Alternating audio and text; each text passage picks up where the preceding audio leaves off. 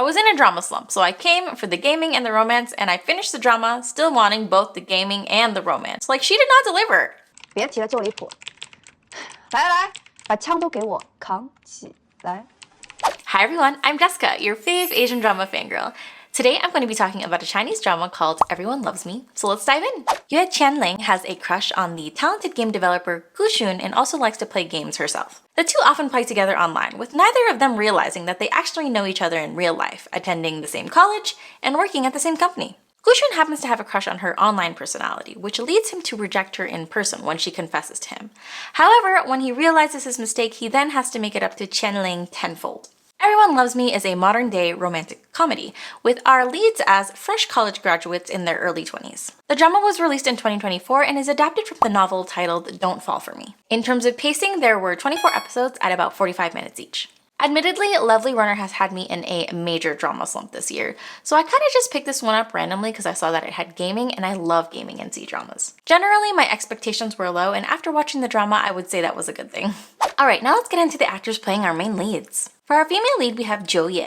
This is the first drama that I watched her in, but I think she's super pretty. For our male lead, we have Lin Yi. I've watched him before in a different drama, Put Your Head on My Shoulder. That role was more timid, while this drama had him as more of an executive leader type. He kind of has this timid innocence about him, so I don't think he quite has the domineering presence to be portraying a CEO.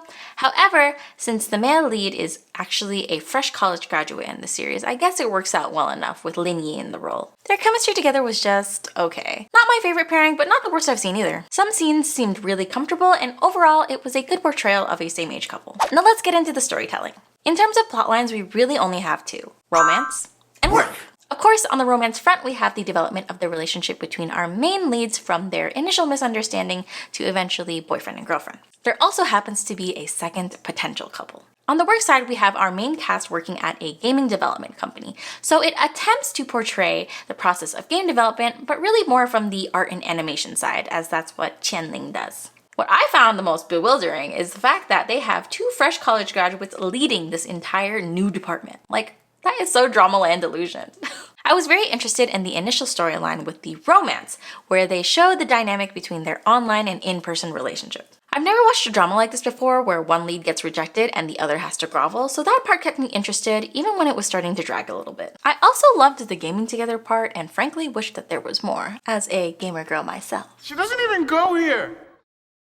I did watch both Love 020 and Falling Into Your Smile, which were both fairly gaming heavy, so I think I was expecting this drama to be the same, which it wasn't. Now, in terms of our main lead's relationship, it was a slow burn because it took 7 episodes for her to get rejected, and then eventually 19 episodes for them to finally get together. Now, because of the nature of their situation, there were moments of both a lack of communication and just complete miscommunication, which was frustrating at times. The female lead would cut off the male lead before he could explain himself, but then the male lead was sometimes just like a coward, so it felt like a lot of waiting. 昨天的事情，我想跟你解释清楚。咱俩的事已经翻篇了，没什么好解释。说完这句就翻篇。我其实……队长，我想先喝点水。别再聊，别喝这的水。你这里的水是比较高贵是吗？ In the beginning, the focus was primarily on the relationship between the two, with work of course playing a part in their daily lives. However, once things finally started ramping up between them, the drama decided to somehow start focusing more on work. Now let's talk about work. Let's get back to work. Gotta work, gotta work, gotta work, gotta work. Gotta work, gotta work, gotta work. Gotta work, gotta work, gotta work. Gotta work.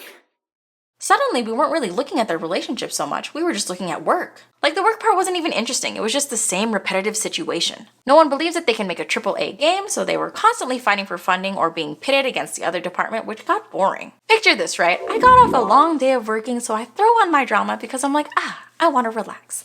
And then I have to sit through 3 or 4 episodes of them dealing with their own work problems. Like, can we please go back to the romance?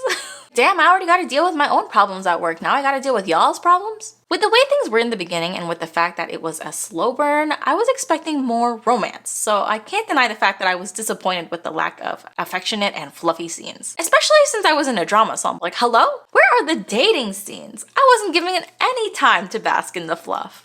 Alright, so let's talk a little bit more about our main characters. Yue Qianling is a bold female lead who likes gaming and illustrating. I liked her character for the most part, especially in the later part of the series when she wasn't pretending to be ditzy or naive anymore. One of my favorite things that Qianling says after she gets rejected is that she doesn't care about men anymore and she's just gonna try to be her own CEO, and I love that for her. 男人绝对不能影响我当 CEO 的速度。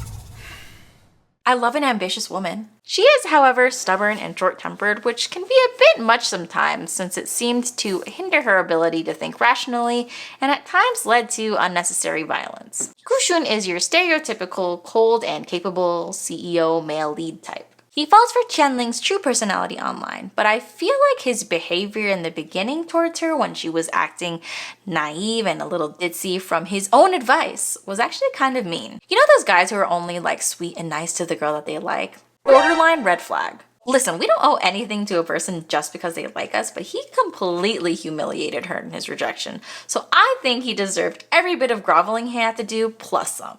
The two characters do bicker a lot, which I enjoyed, and overall how the dynamic between them changed was quite interesting. I also loved that they supported each other's growth and careers. Now let's get into my favorite parts. Now I already mentioned how the build-up of their relationship was interesting to me, but one other thing worth mentioning is that I loved when they became neighbors. 你住对门啊？啊，他住对门。借过一下。我帮你啊。不要。 They used it well as a convenient plot mechanism in this drama, so it just made me realize how much I love that and the living together trope. It just gives the leads so many opportunities to see each other and really build upon their relationship. It's also worth saying again that I really liked the female lead in this drama. She's super pretty, I liked her character's bold and confident personality, and I loved her wardrobe. Now for my not so favorite parts. I already mentioned earlier most of my problems with the storytelling, but I really need to expand on this romance part. Now I understand why it took them a while to get together, right? First, he had to grovel because he rejected her so badly. Then he had to grovel again because he kept his online persona a secret after he found out. But he was acting all jealous and being all touchy for like a hot minute. And you could tell that she had already started to trust him because she was relying on him more. So I just felt like the confession should have happened sooner. And then, at the end of it all, they didn't even show their actual relationship as a couple all that much. There was so much opportunity for cuteness, especially with the slow burn they had going on. At one point, I realized I was getting excited at crumbs of intimacy, like this hug that barely happens in episode 17.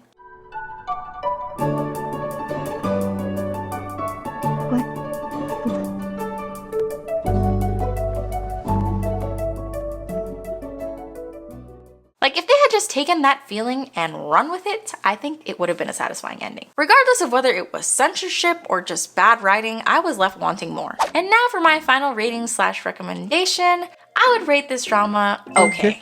It was overall a low effort watch, but because I wanted more fluff, it's not a rewatch for me. I would recommend it if you want a lighthearted, slow burn drama where the male lead has to grovel to the female lead and it incorporates gaming and game development. That's my review of Everyone Loves Me. Thank you so much for watching, and please feel free to comment down below. How did y'all like the drama? Also feel free to comment down below any other dramas you'd like to see me watch and review in the future. And as always, if you want to see more content like this, please feel free to subscribe to my YouTube channel. Take care and be safe!